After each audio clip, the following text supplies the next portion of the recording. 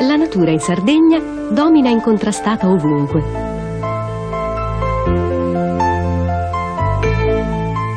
Sono stati istituiti ben 8 parchi naturali che comprendono circa 500.000 di ettari di terreno verde e incantato, pari a circa 1/4 della superficie agraria dell'isola.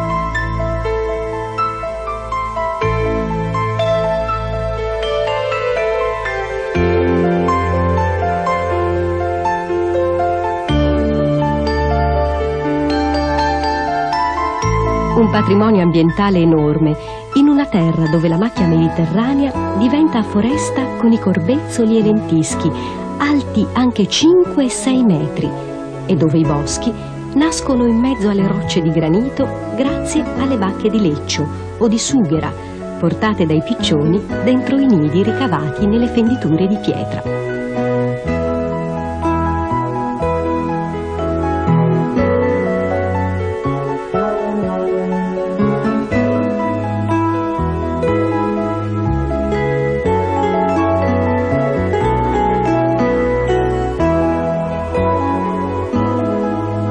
La prima impressione, per chi scende dall'aereo in Sardegna, è un profumo intensissimo di flora mediterranea, un po' particolare, un misto di ginepro, lentischio, mirto, corbezzolo, cisto, erica, mungitopo e licriso, leccio, rovere, sughera.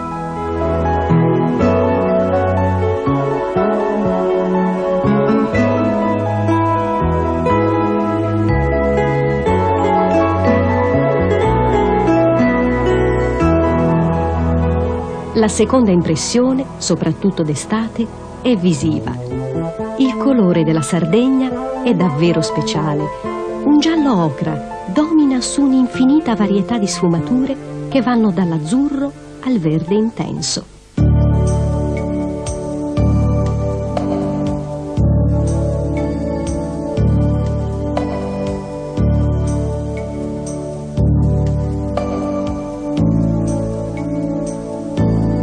La flora della Sardegna è ricca di infiniti endemismi, dovuti al fatto che quest'isola è un vero e proprio fossile geologico, nel quale influiscono moltissimi problemi ambientali e climatici che hanno trasformato questa terra in un laboratorio di flora mediterranea.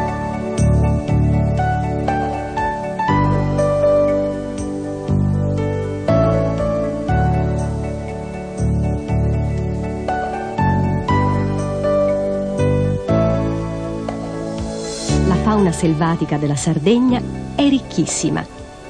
Sul Gennargentu e sul Supramonte esistono ancora centinaia di esemplari di mufloni, splendidi con le loro robustissime corna.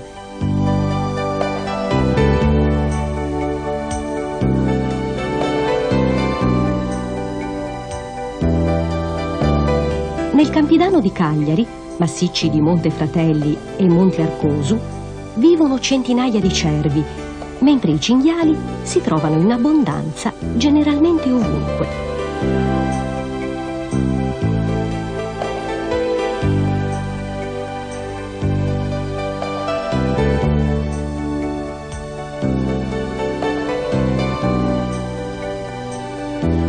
E ancora il cavallino selvatico della Giara, un purosangue in miniatura, del quale si trovano allo stato brado migliaia di esemplari.